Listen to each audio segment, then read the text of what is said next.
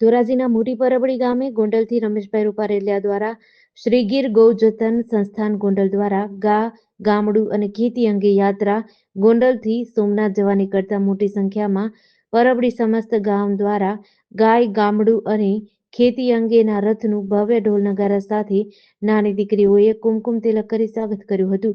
રથ મોટી પરબડી બાબરિયા સમાજ ખાતે આવતા મહારક્તદાન કેમ્પ યોજાયો અને ગામના જે લોકો ગાય આધારિત ખેતી અને પશુપાલન સાથે સંકળાયેલા તમામ પશુપાલકોનું સન્માન કરાયું હતું.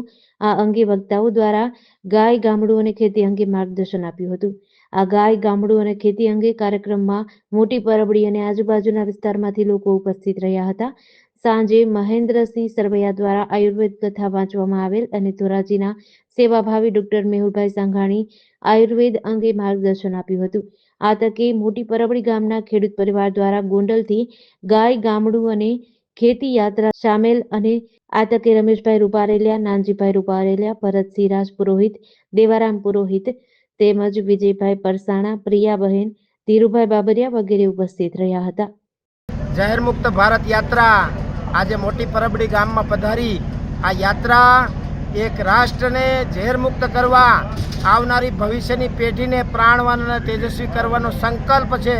પ્રાકૃતિક ગાય આધારિત ખેતી જ વિશ્વને બચાવી શકે, તંદુરસ્ત બનાવી શકે એવા સંકલ્પ સાથે યાત્રા દાદા સોમનાથના સાનિધ્યમાં પૂરી થશે. જેડીસી ન્યૂઝ સાથે વિપુલ ધામેચા, ધોરાજી.